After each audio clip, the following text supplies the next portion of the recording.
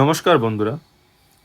তো আজকের এই ভিডিওতে আমরা ডিসকাস করব কাতারে যে একটা গ্যাস প্ল্যান্টে এক্সপ্লোশন হয়েছে, এটা আপনারা নিউজে দেখছেন হয়তো, ওইটার ব্যাপারেই আমরা এখানে ডিসকাস করব এই ভিডিওতে। A major explosion struck the ভার্জন gas plant in Ras Laffan Industrial City, Qatar on 21st June 2026, causing significant দেখো তো 21 তারিখ 21 জুন কাতারের ইন্ডাস্ট্রিয়াল সিটিতে রাস লাফান ইন্ডাস্ট্রিয়াল সিটিতে, এই দেখো কাতার মিডল ইস্টে, এই যে ইউএই, এই যে কাতার, এখানেই কি ওই সিটিটা, এখানেই এক্সপ্লোশনটা হয়েছে। তো 21 তারিখ 21 তারিখ 21শে জুন এই ভার্জন গ্যাস প্ল্যান্টটা যেটা, এটাতে কি বিশাল একটা এক্সপ্লোশন হয়। আর এটা বলা যেতে পারে যে ওয়ার্ল্ডের একটা লার্জেস্ট এলএনজি প্রসেসিং ফ্যাসিলিটি এটা। তো দেখো এই যে ভার্জন গ্যাস প্ল্যান্ট প্রজেক্টটা বা ভার্জন গ্যাস প্ল্যান্ট যে, এটা কে অপারেট করে? Operated by Qatar Energy. লোকেশনটা আমি তোমায় বলে দিলাম। ক্যাপাসিটি কত এটার? 77 মিলিয়ন টনস পার অ্যানাম। তো এটা থেকে বেসিক্যালি কাতারের যে এক্সপোর্টস হয় এলএনজি, ওইটাতেই এটা মেজর ক্রুশিয়াল রোল প্লে করে। এই যে এক্সপ্লোশনটা হলো, এটার বেসিক্যালি রিজন কি হতে পারে? Technical malfunction in gas processing unit, pressure build up. তো এর থেকে যে গ্যাস ইনসিডেন্ট, এর থেকে যে টোটাল মৃতকের সংখ্যা হলো তা হলো 13 জন, আর ইন্ডিয়ানস 12 জন মারা গেছে এই দুর্ঘটনায়, আর টোটাল 66 জন আহত হয়েছে। তো কাতারের যত অথরিটি আছে ওরা কি করেছে, এই বিষয়টাকে ইনভেস্টিগেশন করার কথা বলেছে, আর যারা যারা ইনজিউর্ড হয়েছেন ওদেরকে মেডিকেল ট্রিটমেন্ট ইমিডিয়েটলি দেওয়া স্টার্ট হয়ে গেছে। আর বলা হয়েছে যে সেফটি প্রোটোকল মেনটেন করা হবে যাতে এমন দুর্ঘটনা না হয়। তো দেখো অ্যাকচুয়ালি কি হয়েছিল। তো এই এক্সপ্লোশনটা হয়েছিল 21 জুন, যেটা তোমাকে বললাম আমি, মেসিভ একটা এক্সপ্লোশন হয়। তো এই যে এক্সপ্লোশনটা হয়েছিল, এটা হয়েছে এই যখন এই পুরা প্ল্যান্টটা রিস্টার্ট অপারেশন চলছিল তখনই এই এক্সপ্লোশনটা হয়। আর এর থেকে যে আগুনটা বেরিয়েছে এটা কি অনেক দূর অবধি দেখা গেছে, ধোঁয়া আগুন এগুলি কি অনেক কিলোমিটার অবধি দেখা গেছে। দেখো technical accident, preliminary reports indicate it was a technical accident related to process equipment during restart, no terrorism or sabotage. অথরিটিসরা কনফার্ম করেছে যে কোনো স্যাবোটেজ হয়নি এখানে, বলতে কেউ ইচ্ছে করে এই ব্লাস্টটা করায়নি। মেইনলি জিনিসটা হয়েছিল রিস্টার্ট অপারেশনের জন্যেই। তো দেখো এই যে ইস্যুটা হয়েছিল, এটা ইনসিডেন্টটা ইম্পর্টেন্ট কেন? The Qatar version gas plant explosion is not just a local accident, it has fur reaching implication at national and regional global levels. তো এটা কি শুধু একটা যে লোকাল অ্যাক্সিডেন্ট এমন কিছু না, এটা কিন্তু ন্যাশনাল রিজিয়নাল অনেক দিকে কি এটার ইমপ্লিকেশনস হয়েছে। ফার্স্টে দেখো যেমন ইন্ডিয়া ডায়াসপোরা ইস্যুটা কি?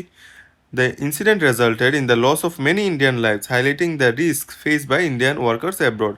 তো আমরা জানি যে কি ইন্ডিয়ান ওয়ার্কার্স বেশিরভাগ কি বাইরে গিয়ে কাজ করে, তো ওদেরকে কি প্রোটেকশনটা তো দেওয়া দরকার, কিন্তু এইভাবে কি, কিন্তু দেখো এখানে কি হিউজ পরিমাণে ইন্ডিয়ান ওয়ার্কার্সরা যারা অ্যাব্রোডে গিয়ে কাজ করছে। নেক্সট কি হতে পারে? Global energy security, Qatar is one of the largest LNG exporters, any disruption can impact global energy market.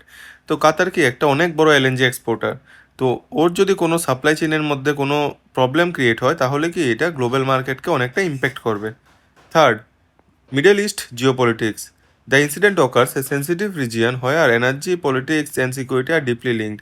তো তোমরা তো এখন সবাই জানো যে ইরানের সাথে কি যুদ্ধ হচ্ছে, তো এর জন্য কি এটা আরও বেশি ইম্পর্ট্যান্ট হয়ে গেছে এনার্জি ক্রাইসিসটা। তো এখানে কিছু ইম্পর্টেন্ট পয়েন্টস লেখা আছে, এগুলি তোমরা পড়ে নেবে, এক্সামের জন্য ইম্পর্টেন্ট আছে। আচ্ছা, তো দেখো কাতার ওভারঅল ওয়ার্ল্ডের মধ্যে গ্লোবালি 20% এলএনজি এক্সপোর্ট করে।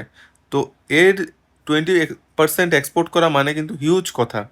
তো এত বড় যদি, তো এর সাপ্লাই চেইনের মধ্যে যদি কোনো ডিসরাপশন হয় তাহলে কিন্তু এটা ওয়ার্ল্ড পলিটিক্সকে বা ওয়ার্ল্ড মার্কেটসকে, যে গ্লোবাল মার্কেটস এনার্জি মার্কেটসকে খুব হিউজলি এফেক্ট করবে এটা। আর এর মেইন যে ইম্পোর্টার্স কে ইউরোপ আর এশিয়া ওর মেইন ইম্পোর্টার্স। জিওপলিটিক্সের মধ্যে যেমন কি আছে দেখো, Qatar shares world largest gas field north field with Iran. তো এটা কি ইরানের সাইডেই কিছুটা পড়ছে, তো এটা কি অনেকটা ইরানের কাছাকাছি জায়গাতে। তো এখনের যে সিচুয়েশন অনুযায়ী এটা কি আরও মেজর থ্রেটের মধ্যে থাকবে।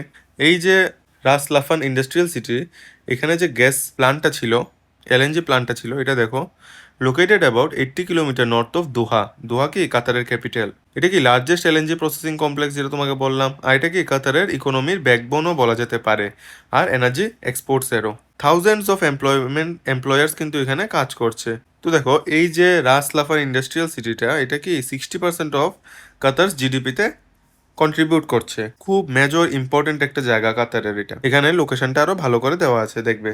নেক্সট, তো এখানে বলা হয়েছে যে কাতার এত রিচ কেন। কাতারে রিচ কেন, কারণ কি এখানে কি ভাস্ট ন্যাচারাল গ্যাস রিজার্ভ পাওয়া যায় কাতারে। আর ওদের কি যে প্রোডাকশন কস্টটা, এটা কি অনেকটাই কম। তারপর কি এলএনজি লিডারশিপ, ওদের এলএনজি কি সাপ্লাই 80+ কান্ট্রিসে ওরা এলএনজি এক্সপোর্ট করে। ইকোনমিক ইম্প্যাক্ট, ন্যাচারাল গ্যাসের ক্ষেত্রে কাতার কি অনেক বড় এক্সপোর্টার। আর ওদের কি খুব স্মল একটা পপুলেশন, কিন্তু কি হাই ইনকাম, যার কারণে কি কাতার অনেক রিচ। দেখো এখানে কিছু আবার ফ্যাক্টস লেখা আছে, যেমন কি টোটাল এস্টিমেটেড রিজার্ভ কত আছে, 1765 ট্রিলিয়ন কিউবিক ফিট। নেক্সট, এই যে বার্জন গ্যাস প্রজেক্টটা, এটা দেখো।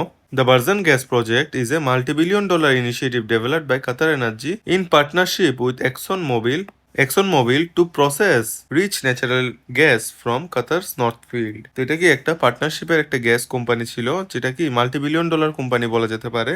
নেক্সট দেখো, a large-scale gas development project that produces natural gas, LPG, condensate, and sulfur while supporting power generation. তো এটা কি একটা বিশাল বড় গ্যাস ডেভেলপমেন্ট প্রজেক্ট, যেখান থেকে কি ন্যাচারাল গ্যাস, এলপিজি, আরো বিভিন্ন রকম পাওয়ার জেনারেশনের আরো বিভিন্ন রকম জিনিস জেনারেশন হয়, যেগুলি কি পাওয়ার জেনারেশনে আর ওয়াটার ডিস্যালাইনেশনেও কাজ করে। আর এই যে প্ল্যান্টগুলি, এগুলি কি কাতারের যে মেইন এনার্জি মার্কেটটা আছে, এগুলি কি ওইখানে কন্ট্রিবিউট করে। এখানে দেখো পার্টনার্স লেখা আছে, কি পার্টনার্স কে কে ছিল, আর লোকেশনটা দেওয়া আছে। লোকেশনটা আমি আগেই বলে দিলাম। তো এখানে কি কম্পোনেন্টস, মেজর কম্পোনেন্ট কি কি আছে, gas processing, next electric generation হয়, ইলেকট্রিসিটি জেনারেশন হয়, ওয়াটার ডিস্যালাইনেশন হয়। কারণ কি ওদের কাছে কি মিডল ইস্টের মিডল ইস্টের বেশিরভাগ কান্ট্রিসেই তোমরা দেখতে পাবে যে ওদের কাছে কি কোনো সমুদ্রের জল, তেমন কোনো একটা ওয়াটারের রিসোর্স নেই। তাই জন্য কি ওদের কাছে বেশিরভাগ কি টেকনোলজি দিয়ে ওয়াটার ডিসেলিনেশন করে ওদেরকে ফিট করতে হয় জল। ইন্ডাস্ট্রিয়াল ফিডস্টক আর ডোমেস্টিক সাপ্লাই, তো এখান থেকে কি কাতারের নিজের ডোমেস্টিক সাপ্লাইও কিছুটা হয়, বেশিরভাগ তো এক্সপোর্টই করে ওরা। Next, cause of explosion. তো প্রিলিমিনারি রিপোর্টস অনুযায়ী যা বলা হয়েছে যে এটা কি রিস্টার্ট অপারেশনের মধ্যে কি ব্লাস্টটা টেকনিক্যাল অ্যাক্সিডেন্টটা হয়েছে। নেক্সট দেখো, why are restart operations dangerous. তো রিস্টার্ট অপারেশন ডেঞ্জারাস কেন, কারণ দেখো রিস্টার্ট অপারেশনের মধ্যে জেনারেলি ডেঞ্জারাস থাকে এই জন্য যে পাইপলাইন আর প্রেসারের সিস্টেম থাকে, কন্ট্রোল ভালভ আর ইনস্ট্রুমেন্টেশন, যেমন কি ভালভ বা ইনস্ট্রুমেন্ট, এগুলি কি খুব অ্যাকুরেটলি রেসপন্ড করতে হবে। কোনো রকম যদি লিকেজ বা কোনো ফেলিউর হয়, তাহলে কি ওভার প্রেসার এটা ব্লাস্ট করে যেতে পারে। গ্যাস ফ্লো ডিউরিং রিস্টার্ট, তো গ্যাসগুলি যে ফ্লো করছে পুরো সিস্টেমটাতে, ওইটা কি প্রেসারাইজ থাকে। তো কোনো রকম যদি কোনো লিকেজ বা কিছু থাকে, এটা কি ব্লাস্ট করে যাবে। তারপর ইঞ্জিনিয়ার্সরা কি টেস্টও কন্ডাক্ট করে, যেমন কি টেস্টিং, ক্যালিব্রেশন, ভ্যালিডেশন, এগুলি কি খুব ক্রিটিক্যাল থাকে। আর কোনো রকম যদি শর্টকাট বা কোনো হিউম্যান এরর হয়, এটা কিন্তু কি ক্যাটাস্ট্রফিক হতে পারে, খুব ডেঞ্জারাস হতে পারে, যেটা এখানে হয়েছেও। Next, Iran connection and Indian workers. তো এখানে ইরানের একটা দেখো, March 2026 crisis and infrastructure damage. Escalating tensions between Iran and Israel in March 26 led to the strikes that damage energy infrastructure in Qatar. তো ইরান আর ইসরায়েলের যে মার্চের দিকে যুদ্ধ হয়েছিল, তো ওর ফলে কি হয়েছে, ইরান কাকে মেরেছে, কাতারকে মেরেছে। আর কাতারের যে অনেক এনার্জি ইনফ্রাস্ট্রাকচার প্রজেক্ট ছিল, ওইগুলি কি অনেকটা ড্যামেজ হয়ে গেছে। দেন নেক্সট দেখো, timeline from crisis to tragedy. দেখো, 1 মার্চ 2026 এই যে ইসরায়েল ইরানের কনফ্লিক্ট, এর জন্য কি গালফ নেশনস গুলির উপরে অনেক বোমবারি করা হলো। তারপর ইনফ্রাস্ট্রাকচার ড্যামেজ, দেন রিস্টোরেশন করা হলো। রিস্টোরেশন তো এগুলিকে রিস্টোর করছে, কিন্তু আবার কি সেই এক্সপ্লোশন হয়ে গেল এখন বাজান গ্যাস প্ল্যান্টে। Next, India's response. দেখো, তো এখানে ইন্ডিয়ার রেসপন্সটা কি, আমরা জানি যে ইন্ডিয়া আর কাতার কি খুব স্ট্রং পার্টনার্স। এটা এনার্জি ডেভেলপমেন্ট সবকিছুর দিক থেকে কি অনেক স্ট্রং পার্টনার। তো এখানে ইন্ডিয়ান এমবেসি থেকে ওদেরকে কন্টিনিউয়াসলি সাপোর্ট করা হচ্ছে। তারপর ওদের ফ্যামিলিদেরকেও কি অ্যাসিস্ট্যান্স দেওয়া হচ্ছে।